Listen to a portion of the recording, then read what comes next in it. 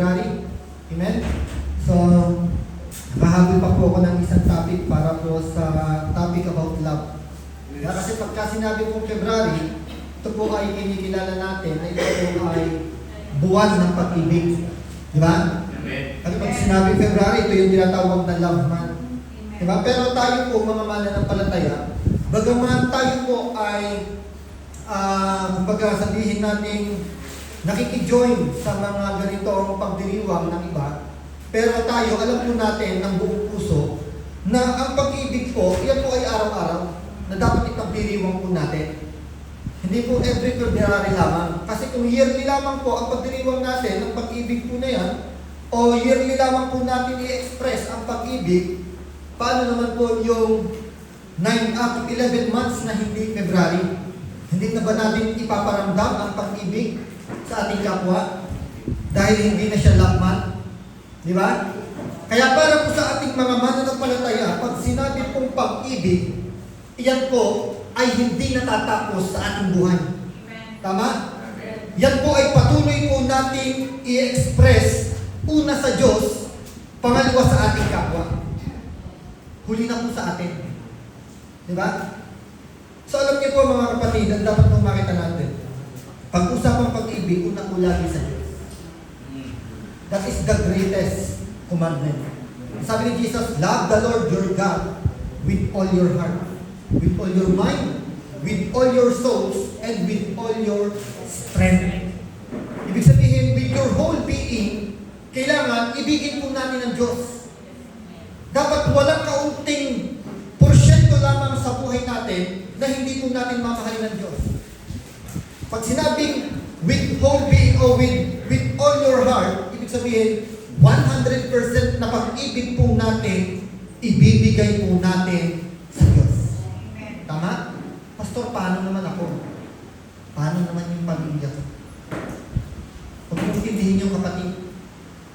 Dahil pag ibinigay mo ang 100% pagmamahal mo sa Diyos, maniwala ka, iibigin mo ang kapwa mo. Tama? Yes. Dahil nagbigay ka ng pag-ibig doon sa source ng pag-ibig. Kung kaya pag nag-overflow sa buhay mo yung pag-ibig na yon, yung kapwa mo na nakapaligid sa iyo, iibigin mo. Yan po ang pag-ibig. Diba? Kaya ang pag-ibig po dapat araw-araw po sa buhay ng tao yan. Hindi po pwedeng every February lamang. Diba? So bagamat yan po ay nakikisa po tayo sa ganyang pagdiriwang, pero lubos po natin naunawaan talaga ang tunay na lalim ng pag-ibig. Tama? So napakahalaga po na alam po natin pag sinabing pag-ibig, alam po natin talaga ang tunay na lalim nito. At kung kailan po natin ito dapat ipanama. Diba? So yung iba po talaga nagdiriwang pagka Valentine's, ang tatawag na Valentine's Day. Diba? So sa atin, hindi po tayo na-celebrate ng Valentine's Day. Dahil yun po ay celebration ng mga pagano. Yan po ang katotohanan. Diba? Yung last preaching ni Pastor Peg, yan po ay celebration ng mga pagano. Ang sineselebrate po natin ay yung tinatawag na Heart's Day, na kung saan, pag sinabing heart, nire-represent po nito ang pag-ibig. Diba? Kaya po pag-ibig po, napakahalaga po sa buhay ng tao. Amen? So, purihin natin ang Panginoon. Welcome po sa bawat isa. So, nakakatuwa na every Sunday, tayo po ay nagkikita-kita upang magkaroon ng iisang puso na talagang sumamba sa ating nag-iisang Diyos. Diba? So alam niyo po kasi ito sinabi ng Bible do not neglect all the gatherings. Sabi, huwag niyong kaligtaan ng mga pagtitipon. Huwag niyong pabayaan ng mga pagtitipon. Diba? Ito po yung pagtitipon na yun na tinutukoy ng ating Panginoon. Mga pagtitipon na kung saan po, wala po tayong ibang itataas kundi tanging ang pangalan lamang ng ating Panginoon Diyos. Amen? So kaya napakahalaga po ng mga pagtitipon na ito. At dito rin sa pagtitipon na ito, mga kapatid, maniwala tayo. Patuloy po tayong magkakaroon ng kalakasan. Kasi pwede po nating ma-strengthen ang bawat isa. Tama? So kaya napakahalaga po dito. Welcome po sa ating Sunday Worship Celebration. Ako po ay nabe-bless, natutuwa sa buhay ng bawat isa sa inyo ngayon. So palakpakan mo si Lord kasi nagtakumpay ka sa umaga. Kasi alam niyo po, mga kapatid, ito po ang katotohanan. Talagang may pagkakataon minsan na pag-araw ng linggo, linggo, madami po tayong struggle. Diba? Maaring sa iba po, wala na. Dahil naging talagang pag-araw ng Sunday, nakaset na yung isip nila na ito araw ng linggo para sa Panginoon. Di ba? Kaya lang po, may pagkakataon talaga minsan, may struggle po, may atake ang kaaway. Kasi ang ayaw po ng kaaway, mga kapatid, yung tayo po ay makapunta sa mga pagtitipo ng Panginoon dahil alam po ng kaaway na kapag tayo tumanggap ng papuri o tumanggap ng salita ng Diyos, mga kapatid, tayo po ay lalakas. Hindi niya na po tayo madadaya. At the same time, ang ayaw po ng kaaway, yung tayo po ay sama-samang magbibigay ng papuri at pagsamba sa Diyos. Diba? Kaya kapag tayo po, kumbaga masabi natin na daig po tayo ng mga struggle na yun, hindi po yun kagustuhan natin. Kagustuhan po yun ng kaaway na dyan. Diba? Kaya pagka, sabi pa lang po, sabi nga nung narinig kong tagapagturo, sabi niya, huwag natin hayaan na tayo ay madaling maatake ng diablo. Kumbaga, pahirapan po natin ang diablo. Paano pa pahirapan? Alam niyo po, pag nakita ng diablo na wala na po siyang kayang gawin sa atin, na kahit ano pong mga temptation ang ibigay niya sa ating harapan, para po tayo ay hindi makadalo sa mga pagtitipon. Alam niyo po, yung diablo susuko at susuko yan. Tama? Pero once we entertain the devil, mga kapatid, hindi po tayo titigilan yan. Diba? Kaya imbis na entertain po natin ang devil, always rebuke the work of the devil. Wala kang karapatan sa buhay mo. Hindi mo ako pwedeng hadlangan. Dahil ako, ang nais ng puso ko, magpupuri ako at sumamba sa Diyos. So pag nakita po ng diablo, ang talagang eagerness natin na tayo ay makasamba sa ating Panginoon, maniwala hahanap yan yung mga kaya niya. Diba? Kasi pag nakita niya hindi tayo kaya, hindi na siya mag-aaksaya ng Panginoon. Wala po kapangyarihan ng diablo, tama yung sinabi doon sa mentoring natin. Ang diablo, wala po siyang title ng mananagumpay. Tama? Kailanman po, pag binasa natin ang buong Bible, wala po ditong title ng diablo na siya ay mananagumpay. Dahil ang salitang mananagumpay ay nakakabit lamang sa pangalan ng ating Panginoon Jesucristo at sa mga taong konektado sa ating Panginoon Jesucristo. At tayo yun. Because we are connected to the Lordship of our Lord Jesus. Amen? Kaya yung tagumpay na sinabi ng ating Panginoon Jesucristo na sinabi niyang, I have overcome the world, kasama ka doon. Amen? Do you believe? Yes, kasama po tayo doon. Lahat tayong nakipag-isa sa ating Panginoon Jesucristo ay kasama sa kanyang tagumpay. Amen? So kaya dapat lagi po natin ipakita sa diablo na tayo ay mananagumpay. Amen? So purihin natin ang Panginoon. Ito po ang ating pong pag-aaralan sa umagang ito. So pinakadakila ang pag-ibig. Amen. Tignan, pakibasa natin na malakas. Pinakadakila ang pag-ibig. Amen. Hallelujah. Above all, pinakadakila ang pag-ibig. Amen? Naniniwala ba tayo na napakadakila ng pag-ibig? Amen. Yung pag-ibig po maraming kayang gawin. Kaya sabi nga doon sa mga nakaraang previous preaching po, hindi ko matandaan kung kay Pastor Perry, na ang pag-ibig kaya bumago ng buhay ng tao. Tama? Ay, di ba sabi kanina sa kanta, doon sa kantang natagpuan, ako'y binago ng pag-ibig mo. Kaya ka nandito ngayon, nabago ang takbo ng buhay mo kasi binago ka ng pag-ibig ng Diyos. Amen? Kaya tayo narito ngayon, it's because of the love of God. Ang pinaka-main reason, mga kapatid, why we are here today is the love of God. Amen. Do you believe? Na kung hindi man dahil sa pag-ibig ng Diyos, wala po tayo dito ngayon. Na kung hindi dahil sa pag-ibig ng Diyos, wala po tayong design sa mga ganitong pagtitipon. Kaya tayo narito ngayon because we experience the love of God. At ito ngayon ang siyang nagbibigay po sa atin ng motivation para po sumamba sa Kanya. Tama? Kaya napakahalaga po pala ng pag-ibig. Kaya tama itong sinabi ng ating pong title. Pinakadakila ang pag-ibig. Above all. Pag sinabing pag-ibig po, madami po ang klase ng pag-ibig sa Bible. Diba? Merong pag-ibig sa kapatid, merong sexual love, pero yung pag-ibig po na pag-uusapan natin ngayon is the unconditional, the sacrificial love of God. Yung pag-ibig na mula sa Diyos. Di ba? Kasi kahit tayo bilang tao, sa atin pong natural na kalalagayan, marunong po tayong magmahal. Tama? Mahal po natin ang ating pamilya, mahal po natin ang mga kaibigan natin, pero may pagkakataon na hindi natin kayang ibigin ang kaaway natin. Tama? Yung pagkakataon po, hindi natin kayang ibigin ang kaaway natin. That is our nature bilang tao. Pero dito po sa pag-ibig na ito, kung kaya masasabi natin pinakadakila ang pag-ibig, because it is the love that comes from God. Na kung saan, ipinatunayan sa atin ng Diyos na sa pamamagitan ng pag-ibig na to, na kahit ang mga pinakamasasamang tao, di ba? Yung mga tao na talagang nagre-rebelde sa Kanya, mga ayaw siyang hanapin, patuloy niyang pinaparamdam ang pag-ibig sa lahat niya. Kasi ganoon din tayo dati. Wala tayong pakialam sa Diyos. Tama? Pero pinatunayan ng Diyos ang pag-ibig niya sa atin. Ipinadama ng Diyos ang pag-ibig niya sa atin. That's why we are here today. Amen? So ganyan po kadakila ang pag-ibig. Pa-slide po. Tingnan po, sabi dito, 1 Corinthians chapter 13, verse 13. Samantala, nananatili ang tatlong ito. Ang pananampalataya, pag-asa, at pag-ibig. Tingnan po dito. Ngunit, ang pinakadakila sa mga ito ay ang pag-ibig. Di ba? Ano pong sabi? Nananatili sa mga yan tatlong ito ang pananampalataya. We have faith. Tama? Isa sa dahilan din bakit tayo narito ngayon because we have faith in God. Na alam natin na ang Diyos may gagawin sa buhay natin. Tama?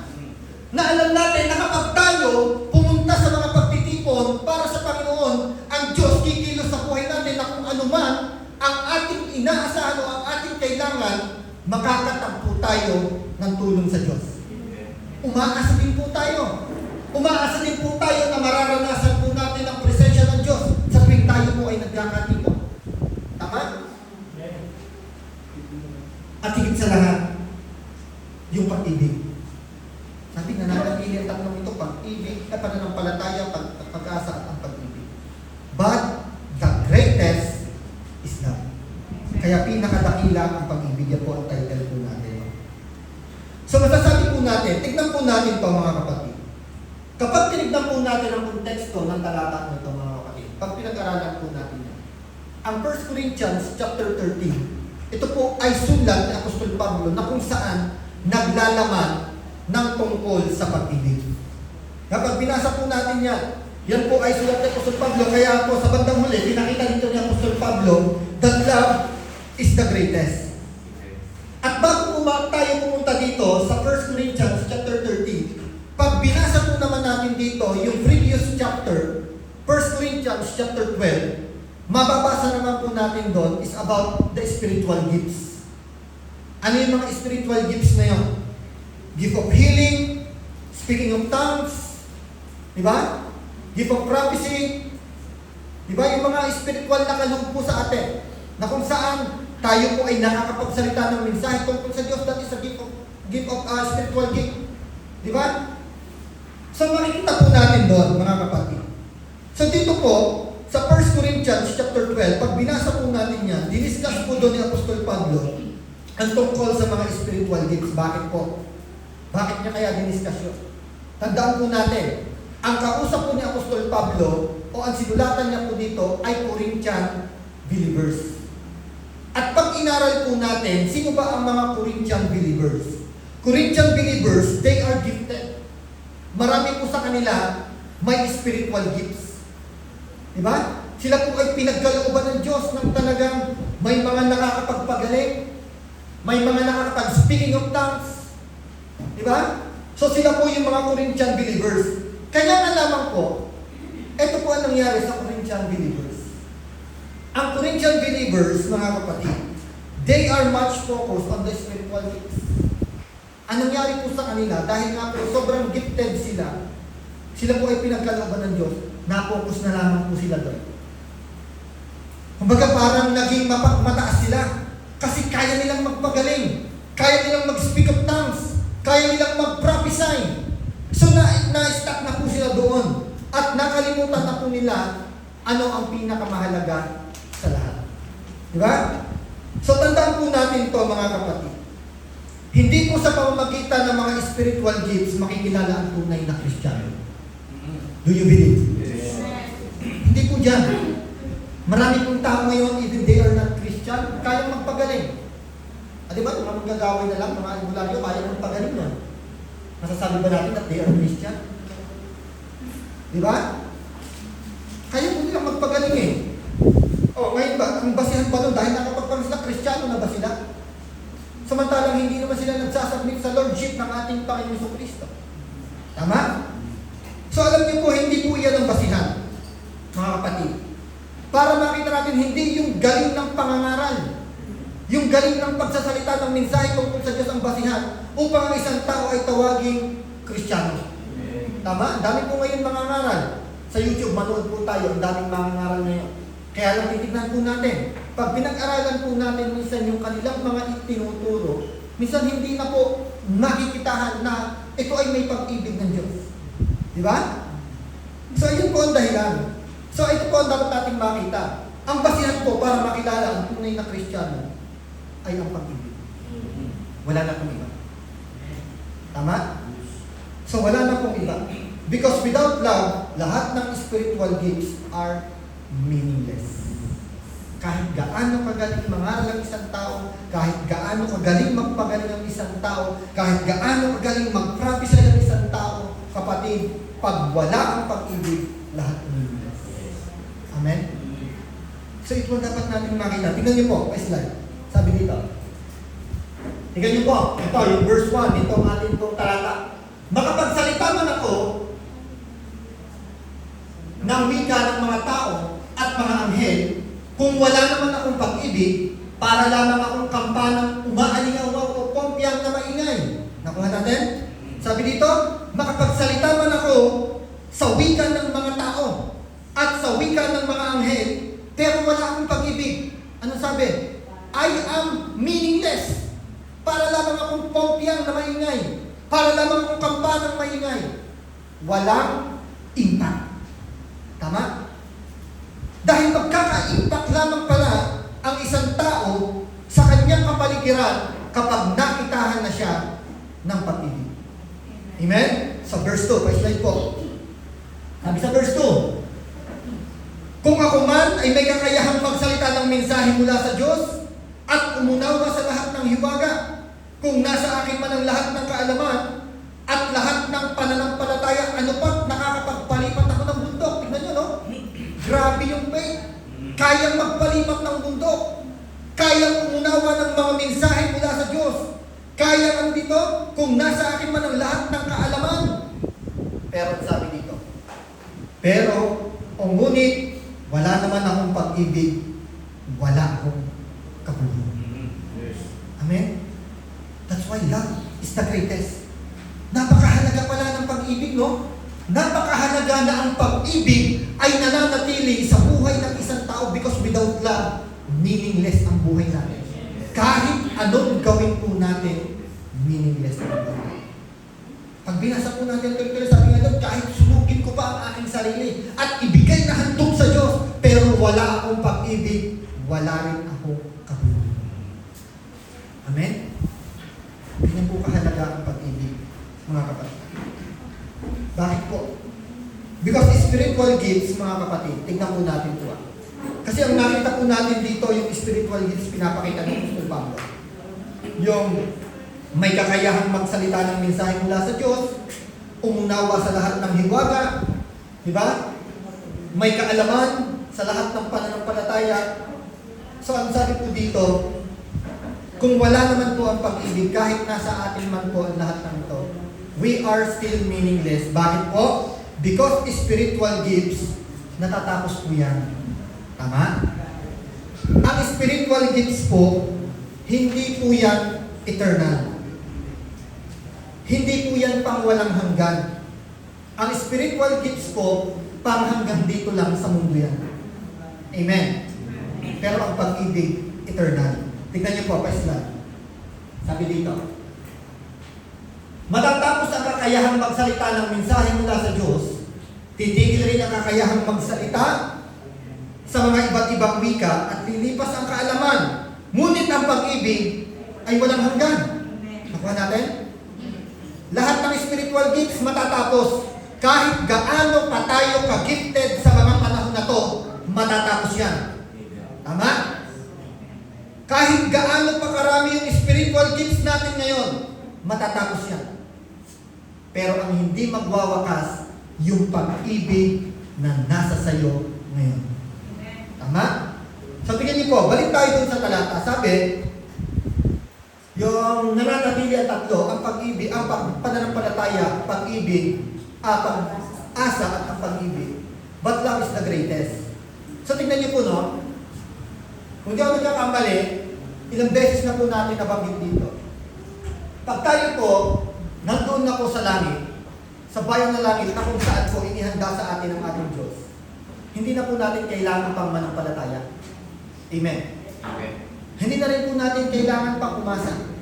Amen? Kasi bakit na kailangan pa po natin yun? Tayo po ngayon, ang pananampalataya po natin, tayo po ay tatanggap o meron ng buhay na walang hanggan. At ang destinasyon po natin ay sa bayan na langit. Yan po ang ating pananampalataya. Ngayon, kung nandun na po tayo mismo sa destinasyon natin na yun, bakit pa tayo mananampalataya? Kung nandun na tayo mismo, nakikita na natin mismo ang ipinangako ng Diyos sa atin. Tama? Kasi ang sabi, ang pananampalataya ay ang tiyakan sa mga bagay na hindi pa natin nakikita. Ngunit ito ay inaasahan natin na mangyayari sa ating buhay. Amen? Kaya sa langit po, hindi na po natin kailangan ng pananampalataya. Yung pag-asa, Pastor, kailangan pa ba natin sa langit yan? Hindi na rin po. Dahil ang inaasahan po natin na tagapagligtas, kapiling na po natin ang ating Panginoong Jesucristo. Kasi ang inaasahan po natin ngayon, ang pagbabalik ng ating Panginoong Jesucristo na kung saan pag siya ay bumalik, dito na ngayon magkakaroon ng kaganapan ang kaligtasan na ipinangako niya sa atin. Tama? Kasi yung kaligtasan, di ba, hindi pa natin nakikita? Kung babase nga po tayo sa mga sitwasyon ng buhay natin ngayon, may pagkakataon. Kung mahina-hina po ang ating pananampalataya sa Diyos, baka isipin natin, ganito ba talaga? Ligtas pa talaga ako? Ako ba ay talagang niligtas na ng Diyos? Bakit ang daming problema ng buhay? Di ba? Kasi magkakaroon lamang po ang pinapanampalatayanan po natin, yung ipinangako po ng ating Panginoon Jesucristo, na ang bawat tumanggap sa Kanya ay magkakaroon ng buhay na walang hanggan. Yung buhay na walang hanggan, hindi pa man po natin nakikita dahil anytime, ang buhay natin po dito pwedeng mawala. Kasi buhay na physical po, meron tayo eh. Ngayon, sa buhay na walang hanggan na kung saan, eto na yun sa ating spiritual, mga kapatid. Iyon po ang ipinangako sa atin ng Panginoon. Nakikita na ba natin to sa ating mga kamay? Di ba hindi pa naman? Hindi pa naman natin nakikita to eh. Dahil magkakaroon lamang po ito ng kaganapan sa pagbalik ng ating Panginoon sa Kristo. Di ba? Doon sa rapture. Doon po nagkakaroon o doon po papakita sa atin o tutuparin ng ating Panginoon sa Kristo ang kanyang ipinangako sa atin. That's why yung faith and yung hope, pandito lang po sa mundo. Hindi na po natin kailangan sa langit. Pero yung pag-ibig pa kailangan natin sa langit.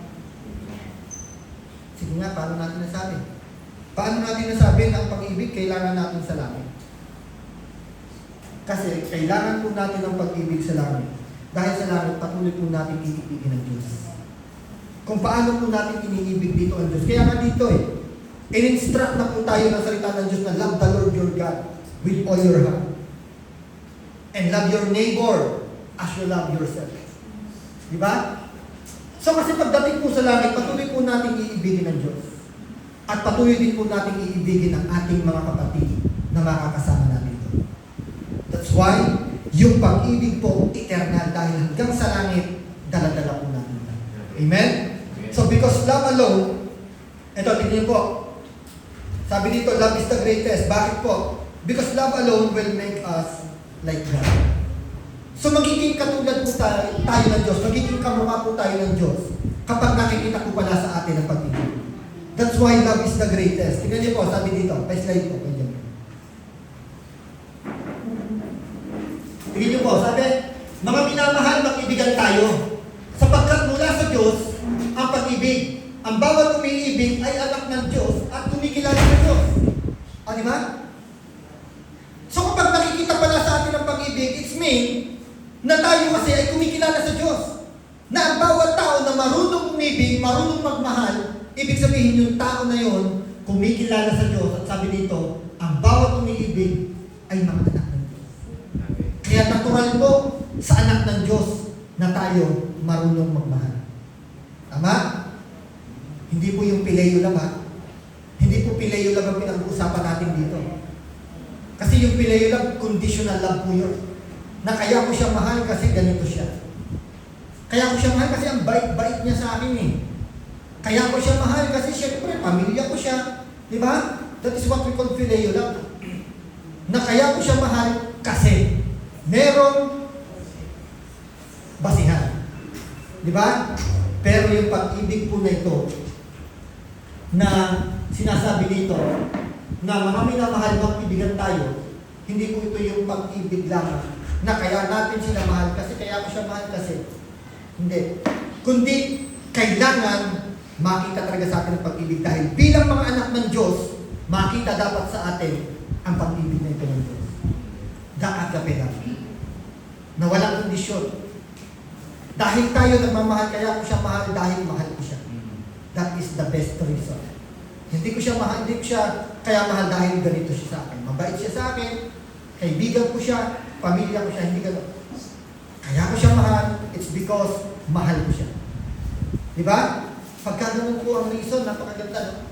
Halimbawa, ganito na lang sa mag-asawa. Pag nagtanong yung asawang babae, na bakit mo akong mahal?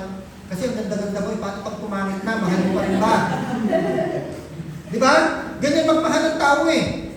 Kasi siyempre, ang ganda-ganda mo, bait-bait mo. Paano pag pumangit na sa kanan, nag-aladrap mo na yung ugali? Mamahalin mo pa rin ba? Ay baka iwanan na. Diba? So kaya dapat, mapalad po ang mga babae na makakatagpo talaga ng lalaki na marunong magmahal na katulad ng pag-ibig ng Diyos. Na kahit anong mahalin, na kahit ano pa ang inyong sitwasyon. O kahit ano ang itsura. Ganun din yung lalaki. Mapalad din yung lalaki na mahal ng babae, na mahal siya ng babae na asawa. Na kahit na sobrang tigas ng ulo, o di ba? Sobrang pasawain, pero patuloy na minamahal ng asawa. So ganun po, ang pag-ibig ng Diyos, walang kasi-kasi. Walang mahal kita dahil ganito ka. Wala. Kundi mahal kita dahil mahal kita. Ganyan ang pag-ibig ng Diyos. Yun po ang pinaka-main reason ng pag-ibig ng Diyos. So tayo po, love is the greatest because love alone will make us love God. Na kapag nakikita pala ng tao na tayo ay marunong magmahal at nakikita na pala nila, tayo ay kamukha ng Diyos. Diba? Mapagmahal talaga yun. Diba? Na-express. Kasi ang pag-ibig po, love is an action, mga kapatid. Yan po dapat natin makita. Hindi sapat na ipagsigawan natin na mahal natin ng tao, pero hindi nakikita sa ating action. Diba? The best demonstration of love is an action. Kasi ganyan po ang ginawa ng Diyos. Hindi na lamang ipinagsigawan na, mga tao, mahal ko kayo. Diba? Hindi na siya nagsisigaw ng gano'n. Ang ginawa ng Diyos, para ipadama, patunayan ang pag-ibig niya sa atin, siya mismo na Diyos ay bumaba dito sa lupa, binitawan ang pagiging Diyos niya, at siya ay nagpakasakit sa krus ng Kalbaryo. Hinayaan niya na siya ay mapahirapan, mamatay sa krus ng Kalbaryo para patunayan sa atin na mahal na tayo. Ganyan po ang pag-ibig. Love is an action. Tama? So kasi ganyan po ang pag-ibig na ipinakita sa atin. Now, bakit nga po kaya? Tignan niyo po.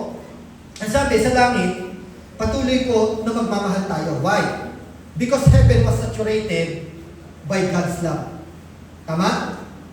Saturated po yun. Pag nasa langit na po tayo, nandun pa rin po ang pag-ibig ng Diyos kasi nandun ang Diyos. Di ba? Kasi pag nasa langit tayo, hindi naman tayo iiwanan ng Diyos eh. Makakasama po natin ang Diyos sa langit. That's why heaven was saturated by love because God Himself is love. Kasi mismo ang Diyos ang pag-ibig. Kaya pag nasa langit na tayo at nandun kasama natin ang Diyos, patuloy na iiral ang pag-ibig doon dahil nandun mismo ang source ng pag-ibig na walang iba kundi ang Diyos. Because God Himself is love. Amen? Now, ito po tayo. Paano po natin masasabi ngayon that love is the greatest? Ano ba ang kadakilaan ng pag-ibig? Ano ba ang kadakilaan ng pag-ibig? Bigyan niyo po, ito yung number 1. Pa-slide po. Tignan mo.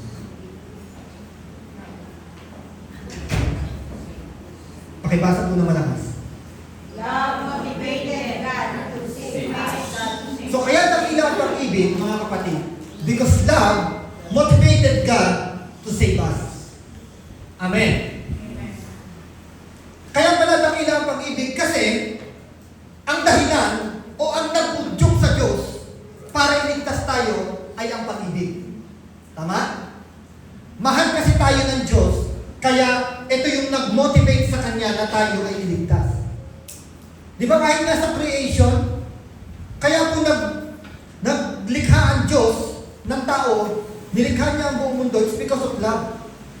The main reason kung bakit po ang Diyos lumikha, kasi dahil po sa Kanyang pag-ibig. Dahil sabi nga kanina, God is love. Ngayon, paano ngayon maipapadama ng Diyos ang Kanyang pag-ibig kung wala naman ang mga nilikha niya?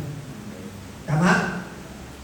Kung siya ng pag-isa, even the angels kasi nilikha lang ng ating Panginoon eh. Tama? Kahit po ang mga anghel nilikha lang ng ating Panginoon niya. Kasi kung hindi po nilikha ng Diyos yan, ibig sabihin, they are also creator. Diba? Pero ang mga anghel man po ay nilikha din ng Diyos. At ang mundo ito ay nilikha ng Diyos. At ganun din po tayo. Nilikha ng Diyos ang buong mundo, nilikha ng Diyos ang tao, kasi gusto ng Diyos yung pag-ibig na yon ay maipadama niya sa kanyang mga nilikha. Amen? Kanya nga lamang, yung tao na nilikha ng Diyos, bagamat mahal na mahal sila ng Diyos, nahulog sa pagkakasala. At napalayo sa Diyos. Di ba? Dahil sa pagkakasala na yon, yung napakagandang relasyon ng tao sa Diyos nawala. At ayaw ng Diyos yun. Ayaw ng Diyos na manatiling hiwalay ang tao sa Kanya. Dahil mahal nga ng Diyos ang tao, kaya niya nilikha. Di ba? That's why love motivated God to save us. Ang nag-motivate po sa God the Father para iligtas tayo ay ang pag-ibig. Ano pong ginawa niya? Binigay niya po ang kanyang kaisa-isang anak. Sa tingin niyo ba mahal ng Diyos si Jesus? Yes, mahal na mahal yan. Sabi niya nga, nung binautis mo si Jesus, siya ang aking anak na lubos kong kinalulugdan. At ang sabi, pinakamamahal niyang anak. Di ba? Kaya lang nakita ng Diyos yung tao na nilikha niya, mahal na rin yung tao. Na kahit makasalanan yung tao, kahit nagkaroon ng separation sa kanya, mahal niya pa rin ang tao. At ayaw niya na manatiling ang tao hiwalay sa kanya dahil sa kasalanan. At higit sa lahat, ang ayaw ng Diyos, dahil sa kasalanan na yon, yung tao maitapon sa impyerno at hindi niya makasama. Tama? Kaya ganito ang ginawa ng Diyos. Dahil sa pag-ibig niya sa tao, yung anak niya na pinakamamahal niya, sabi, the treasures of heaven, the darling of heaven, sent to this world. Anong ginawa? Ibinigay niya yung kanyang anak. Para ano? Para mamatay at tubusin ang ating mga pagkakasala. Para tayo ay iligtas. Kasi nga, sabi natin, hindi po natin kaya iligtas ang ating sarili. Nakita po ng Diyos yun. Nakita ng Diyos ang isang napakalaking problema ng tao. Nakita ng Diyos na talagang problema ng tao. Na sila ay mapapahamak at wala silang kayang gawin man lamang. Tama? Kahit anong gusto ng tao, wala man lamang tayong kayang gawin. Kahit anong pagpupumilit natin, wala tayong kayang gawin upang malutas yung problema na yun. Amen? Kaya ang Diyos mismo na umiibig sa atin, ang ginawa niya, ibinigay niya na agad ang kanyang anak para sa atin. Hinayaan niya na yung kanyang anak na pinakamamahal pumunta dito sa mundo at maging handog para sa atin. Amen? Diba ito yung napakaganda? Bago kasi tayo likhain ng Diyos, dahil nga ang Diyos alam niya na ang taong lilikhain niya mahuhulog sa pagkakasala. Kaya nagkaroon ng tinatawag na everlasting covenant. Ano po yun? Before the foundation of the world, bago palikhain ang sanlibutan, bago palikhain ang tao, nakahanda na po ang ating Panginoon Kristo para maging handog para sa atin. Tama? Meron na pong agreement o meron na pong covenant ang God the Father at ang God the Son para po ang tao ay tubusin. Kasi ito yung dapat po natin makita. Because God is all-knowing God. bago pa man niya likhain ang mundo, nakita na po ng Diyos ang tagpo. Kasi ang Diyos po, katulad po siya ng isang direktor ng pelikula. Di ba, ang direktor ng pelikula, kahit hindi niya panoodin yung pelikula na ginawa niya, alam niya kung ano yung ending. Tama? Tama po ba? Di ba ganun ang director? Kasi yung writer. Di ba yung writer, alam niya na kung ano ang ending, hindi niya man ito panoorin kasi siya ang gumawa eh. So ganun din po ang Diyos sa buhay natin. Because God is the writer of our life, alam na po ng Diyos ang dulo. Kaya nga sabi ng Bible, I am the Omega, I am the Alpha and the Omega. Ako ang pasimulaan, ang wakas. Ibig sabihin, bago palikhain ng Diyos ang tao, alam niya na yung tao na kanyang lilikhain, magkakasala. Mahuhulog sa pagkakasala at papunta sa impyerno. Kaya bago palikhain ng Diyos ang tao, may agreement na ang God the Father at God the Son na si Jesus ay magiging alay para sa ating kasalanan. Amen? Diba? Tingnan niyo po. So ganyan po pinatunayan ng Diyos ang kanyang pag-ibig sa atin. Pa-slide po. Love motivated God to save us. Inihayag ng Diyos ang kanyang pag-ibig sa atin nang isugo niya sa mundo ang kanyang kaisa-isang anak. Tingnan niyo, kaisa-isang anak. Diba? Kaisa-isang anak binigay niya upang tayo ay magkaroon ng buhay sa pamamagitan niya. Kasi nakita ng Diyos ang buhay talaga sa pamamagitan lamang ng ating Panginoon Kristo. Amen? So, next verse. So, sabi, ito ang pag-ibig. Pagtatanungin tayo ngayon, ba, yung mga Islam noon, hindi na uso yung gano'n, di ba? Yung elementary time, saka high school time, susunod, ay, ano, Islam ang tawag doon? Islam book. Yung mga sasagutan. What Islam? May mga sagutan. Love is like a rosary, that full of mystery. Ganun eh. Love is like a river. Yung mga ganun pa eh. Ito pala. Pero ito ang talagang sabi. Ito ang pag-ibig. Ngayon, pagka may mga magpapasagot sa inyo ng mga gano'n, kaya lang, hindi na puso eh. Ito ang pag-ibig, sabihin natin sa kanila. Hindi yan, hindi love is like a rosary. Ito ang pag-ibig. Sabi, hindi sa inibig natin ang Diyos, kundi tayo ang inibig niya. At isinugo niya ang kanyang anak upang maging handog para mapatawad ang ating kasalanan. Yan ang pag-ibig, hindi yung ano-ano sinasabi ng mundo. Tama? Love is like a rosary daw, that full of mystery. Hallelujah. Pero ito pala ang pag-ibig. Hindi dahil sa inibig natin ng Diyos, kundi tayo ang inibig ng Diyos at isinugo niya ang kanyang anak upang maging handog para mapatawad ang ating kasalanan. Because without forgiveness, walang salvation. Tama? Kung walang kapatawaran po sa ating mga kasalanan, hindi po tayo tatanggap ng kaligtasan. Amen? That's why love motivated God the Father to save us. Diba? Binigay niya ang kanyang kaisa-isang anak. Yan ay isang pagpapakita ng Diyos ng pag-ibig sa atin. Na ang kanyang pinakamamahal na anak, kaisa-isang anak, sabi, treasures of heaven, ibinigay niya para sa atin. Hindi ba niya mahal si Jesus? Mahal. Kaya lang mahal din kasi niya ang tao. Di ba ganyan tayo ka-special sa Diyos? Nung ang tao nagkasala, nakita ng Diyos papunta sa impyerno, yung kanyang kaisa-isang anak, binigay niya. Pero nung ang anghel ba nagkasala, ginawa ng Diyos yun. Di ba? Nung ang anghel nagkasala ng isang beses, may hatol na agad nakaparusahan para sa kanila. Nakahanda na po para sa kanila ang kaparusahan ng Diyos.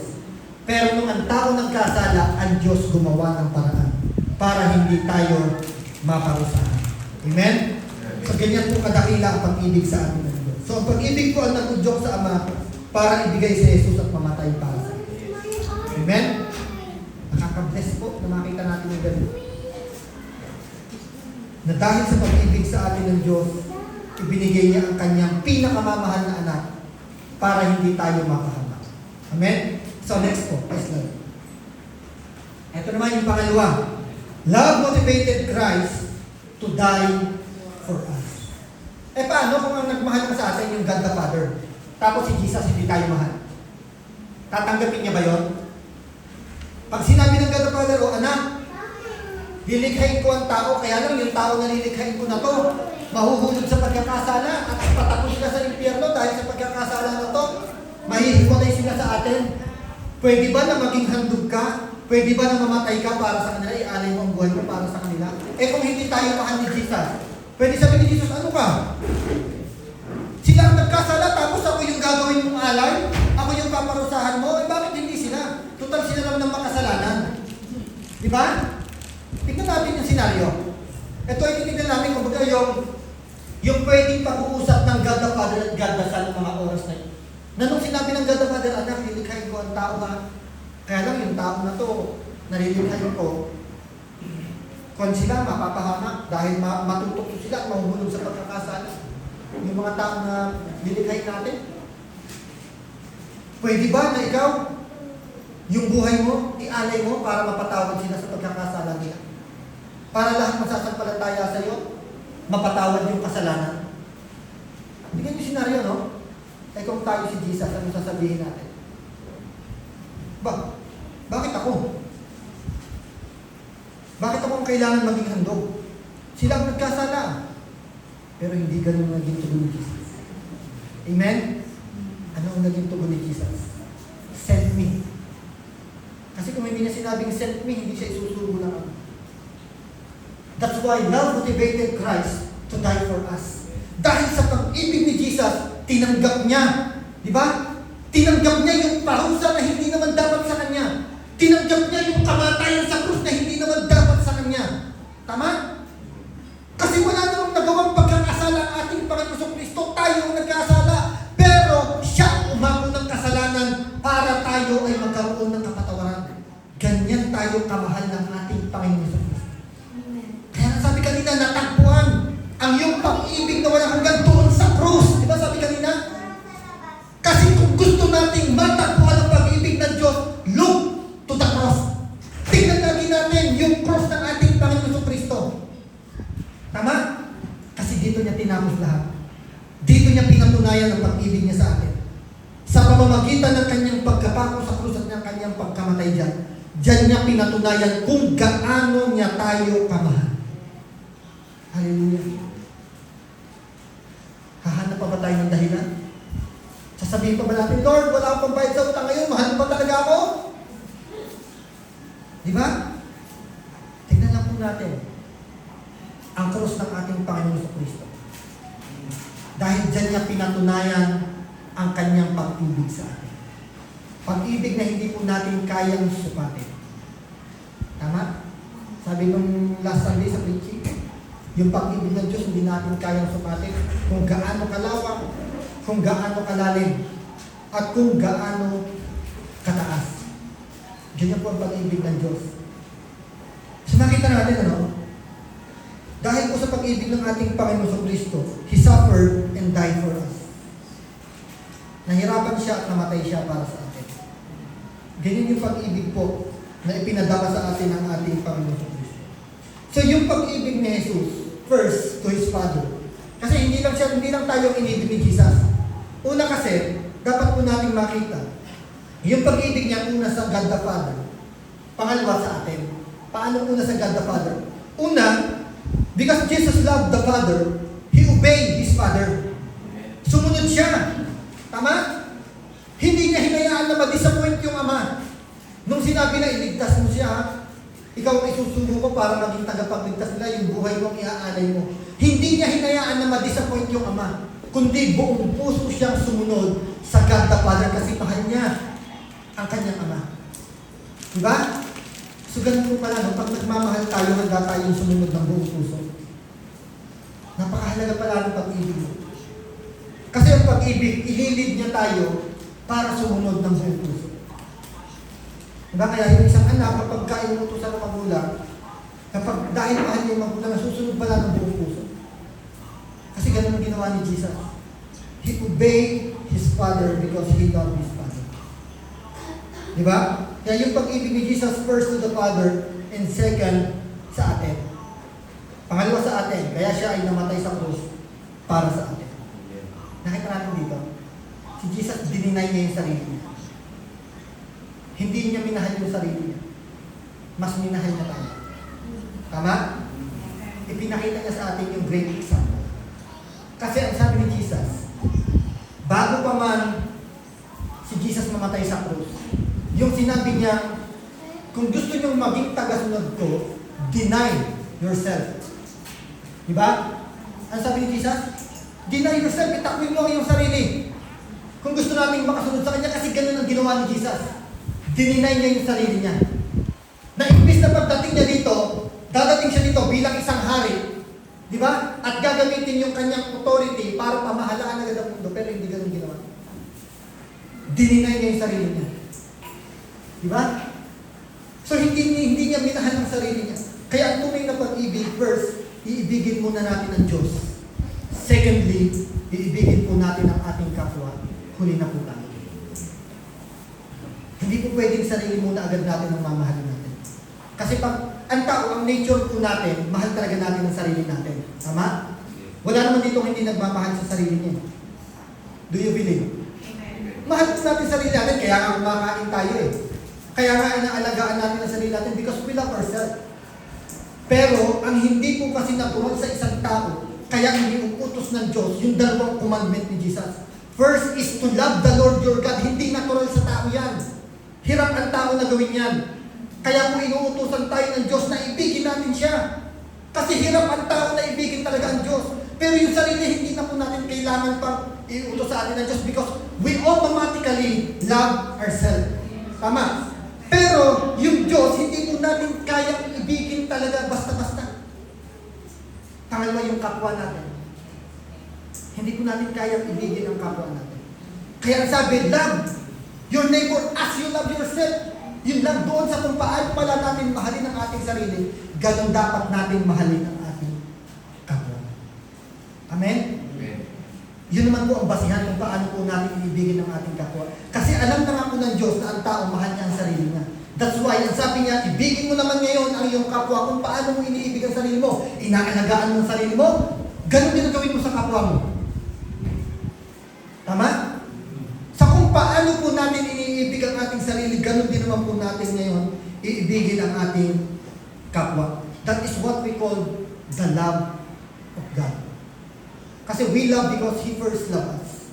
Na kaya lamang po natin magagawang magmahal dahil naranasan po natin ang pag-ibig ng Diyos sa atin. Naunawaan po natin ang pag-ibig ng Diyos sa atin kung kaya magagawa po natin magmahal.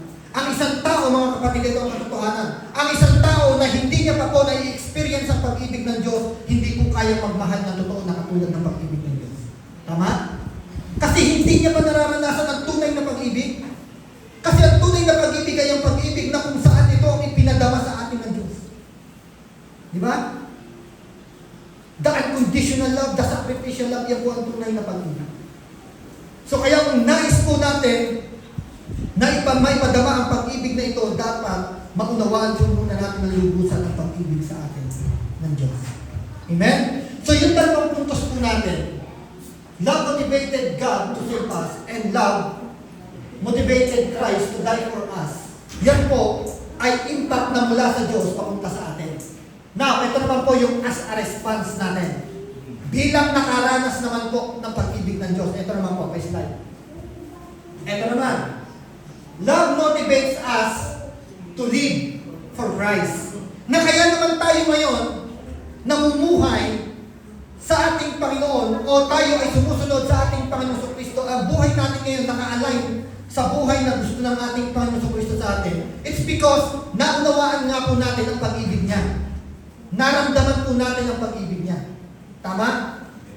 Kaya tayo naglilingkod ngayon sa ating Panginoon. It's because love motivated us to serve God. Amen. Alam niyo po kung ang paglilingkod po natin sa Diyos, hindi po udyok ng pag-ibig, mga kapatid. Tignan po natin to. Lalo po, bawat mga nasa ministry, tignan po natin ha. So bagamat hindi lang to para sa mga nasa ministry, lahat po tayo dito. Ito po ang dapat natin tignan. Obserbahan po natin sa sarili natin. Bakit tayo naglilingkod sa ating Panginoon? Ano ang nag-uudyok sa atin para ipagpatuloy ang paglilingkod natin sa ating Diyos? Dahil ba yan sa udyok ng pag-ibig? O meron tayong ibang motibo? To praise ourselves. Pwede rin yun. Diba? So alam niyo po ito ang makikita natin.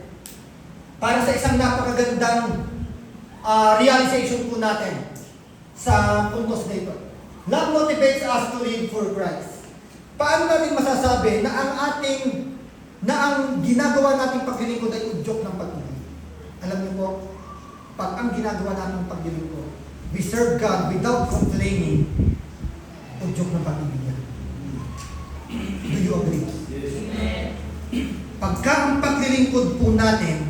ating Panginoon. Ito po ay ginagawa natin ng puno ng kagalakan sa ating mga puso, na kahit ano po ang ating pinagdaraanan, puno ng kagalakan ng ating mga puso. Pag-ibig yan. Naglilingkod tayo sa Diyos sa udyok ng pag-ibig. Amen? So alam niyo po mga kapatid, makikita po natin ang isang tao na talagang minomotivate siya ng pag-ibig ng Diyos sa kanyang paglilingkod. Baka mamaya naglilingkod lang po tayo dito sa loob ng ating church. Pwede po kasi mangyari yun na naglilingkod lang po tayo sa ministry na kung saan po tayo nakabilang. Tama? Pero pagdating na po sa ministry ng church sa labas, wala na po tayong pakialam. Pwede po mangyari. Kaya nga po sabi ko dito, ito po ay magandang reflection po natin para sa ating sarili. Tayo po kasi ang makakapag-observe dito sa sarili natin. Baka mamaya, pagka-ministry na ng church sa labas, wala na po tayong pakialam. That is what we call, kumbaga, sabi natin, hypocrite. Paimbabaw po ang ating paglilingkod pag gano'n. Kasi ang gusto lang natin yung napo-front po tayo sa ating paglilingkod. Pero paano naman kung hindi na tayo napo-front sa ating paglilingkod? Tutuloy pa rin ba natin? Yung bawa, dalhin po tayo sa bundok para mag-minister doon. Para po tayo ay gamitin ng Panginoon doon. At yung bundok na yun talagang masasabi natin hindi siya nadadating ng mga tao. Dalhin tayo ng Panginoon. Buong puso ba natin gagawin yun? For the sake of serving God? O baka umayaw tayo? Diba? So tandaan po natin ito mga kapatid. Ang ating paglilingkod sa Diyos hindi lamang nakakulong dito sa 4 na sulok ng simbahan. Kasi kung nakakulong lamang po dito sa 4 na sulok ng simbahan ang ating paglilingkod, wala pong kabuluhan ng paglilingkod niya. Tama? Kung tayo lamang po dito nagpapakitahan ng pag-ibig natin sa isa't isa, wala pong kabuluhan niya. Paano naman yung mga tao sa labas na gusto pang abutin ng ating Panginoon? Kaya nakakatuwa yung outreach po natin. Patuloy po natin ipinapadama yung ating pag-ibig sa kanila. Dahil yung oras na pumunta lamang po tayo, makita po nila tayo, yung presensya natin doon sa gawain na yun, nakikita na po nila ang pag-ibig ng Diyos. Tama? Nakikita na po nila kasi may isa nga po doon sa mga tinuturo po namin, sabi nila, Pastor, buti po hindi kayo napapagod. Pastor, buti po lagi pa rin kayo nandito. Hindi po kayo nagsasawa na mag-Bible study sa amin. Di ba? Alam niyo po, pag napagod tayo sa ating ginagawa, unless na lang na tayo na mismo ang ayawan ng tao na pupuntahan natin. Baka hindi na udyok ng pag-ibig yun. Dapat may kagalakan po lagi tayo. Na pag tayo gagamitin ng Panginoon sa isang lugar na yon, kung saan man tayo dalhin ng Panginoon, dapat po excited tayo para sa karangalan ng ating Panginoon. Amen? So, love motivates us to live for Christ. Diba? So, kasi yung una, love motivated God to save us, love motivated Christ to die for us. Now, as a response naman, dapat ang maging udyok din sa atin kung bakit tayo patuloy na namumuhay para sa ating Panginoon Kristo ay walang iba kundi ang pag-ibig din. Pag-ibig na naranasan po natin mula sa Diyos. Amen. Para po sa last, ito naman po. Next slide. Love motivates us to love one another. Oh, hindi pala. Kaya pala natin mamahalin ng isa't isa. It's because of love pa rin. Di ba? Na kaya natin mahal ang ating kapatiran, it's because of love. Because of God's love. Tama? Kasi dahil sa pag-ibig ng Diyos, mahal natin ang ating kapatiran. Kahit ano ang lapses na nakikita po natin sa isa't isa, mahal pa rin natin ang isa't isa dapat. Tama? Na kahit anong pagkukulang ang nakikita natin sa ating mga kapatid, still, mahal pa rin natin sila. It's because love motivated us to love our brethren. To love one another. Diba? Dapat magtulungan po tayo pag nakikita natin ang isang pinanghihinaan. Patuloy po natin silang ipag-pray. Patuloy po natin silang palakasin. Yan po ay pagpapakita ng pag-ibig ng Diyos. Diba? The love of Christ inspired us to love one another. Dapat nai-inspired po tayo ng pag-ibig ng Diyos kung kaya patuloy po natin minamahal ang isa't isa. Amen? Tignan mo yung katabi mo, mahalin ba yan? Yes. Mahalin ba yan katabi mo? Mukhang ayaw mo yung sagot ah. Hindi. Nagigigil nga ako dito sa katabi ko. Gusto. Hallelujah. Diba? So, mahal mo ba yung katabi mo ngayon? Dapat. Kasi yan ang gusto ng Diyos. Mahalin po natin ang isa't isa. Na kahit anong nakikita po natin pagkukulang sa isa't isa, magmahalan pa rin tayo. Bakit po? Para po sa last natin. Last slide po, Benjamin. Para po sa last, ito. Sabi ng ating Panginoon Kristo, isang bagong utos ang ibinibigay ko sa inyo ngayon. Magmahalan kayo. O, di ba? Yan ang gusto ng ating Panginoon Kristo sa atin. Ang utos niya sa atin ngayon, magmahalan tayo. Di ba? Mahalin natin ang isa't isa. Sabi dito, kung paano ko kayo minahal, gayon din naman magmahalan kayo. Tingnan nyo, yung basihan kung paano natin mamahalin ang isa't isa, ano? Paano daw? Kung paano tayo minahal ni Jesus, paano ba tayo minahal ni Jesus? Minahal ba tayo ni Jesus sa kabila ng ating mga kahinaan? Yes. Ganun din dapat tayo. Sa kabila ng kahinaan ng ating mga kapatid, patuloy po natin silang mamahalin. Kung paano tayo minahal ng ating Panginoon Kristo, yun po ang basihan kung paano din natin mamahalin ang ating mga kapatid. Amen? So, palakpakan po natin ang Panginoon. Napakapagkila po ng pag-ibig ng ating Panginoon. It's because of God's love, ito ang nag-udyok sa God the Father para tayo ibigyan ng kaligtasan at hindi tayo mapahamak sa impyerno. At dahil din sa udyok ng pag-ibig, si Jesus, ibinigay niya ang kanyang buhay para sa atin. Na napakahirap gawin.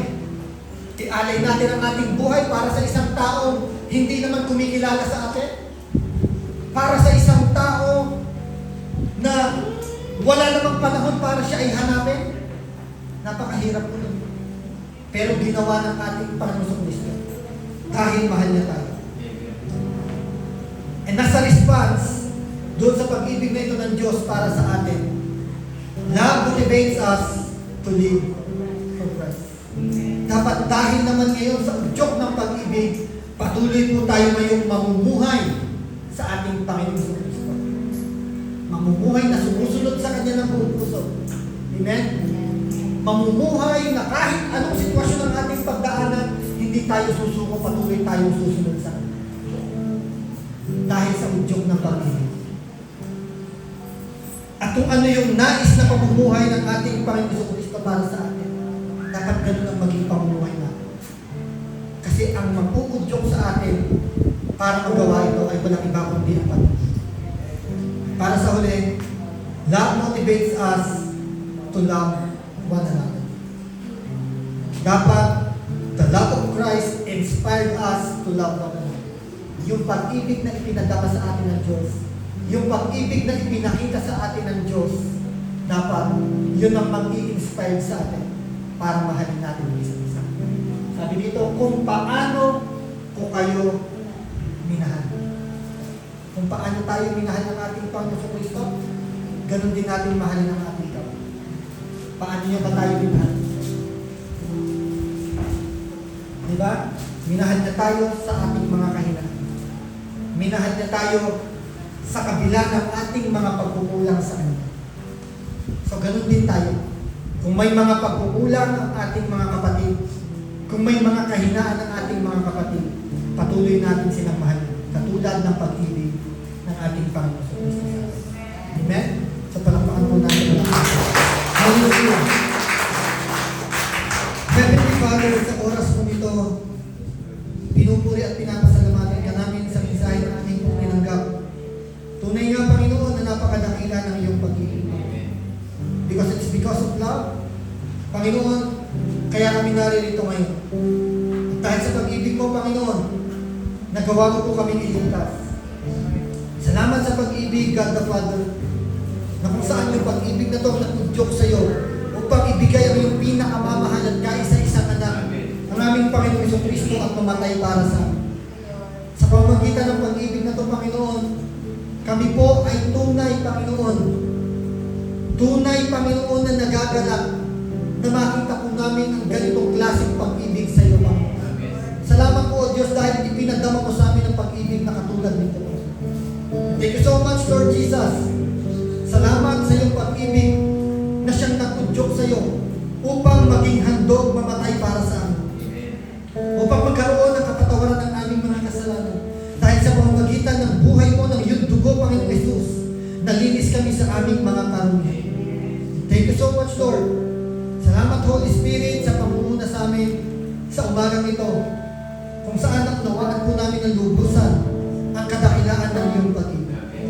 Tulungan mo kami, Panginoon, na yung pag-ibig na ito na amin pong naranasan na nagmumula sa iyo, Panginoon, tulungan po ang siyang magudyok sa amin, Panginoon, to live for Christ and to love one another. Thank you so much, Lord God. Ipinabless namin ang pangalan mo sa umagang ito. Pinapapurihan at wala po kaming ibang itataas sa aming kalagitnaan, kundi ikaw lamang po, Panginoon Jesus. Salamat po, Diyos. Binabalik ko po sa iyo ang pinakamataas na papuri, pagsamba sa pangalan ni Jesus. Amen. Amen.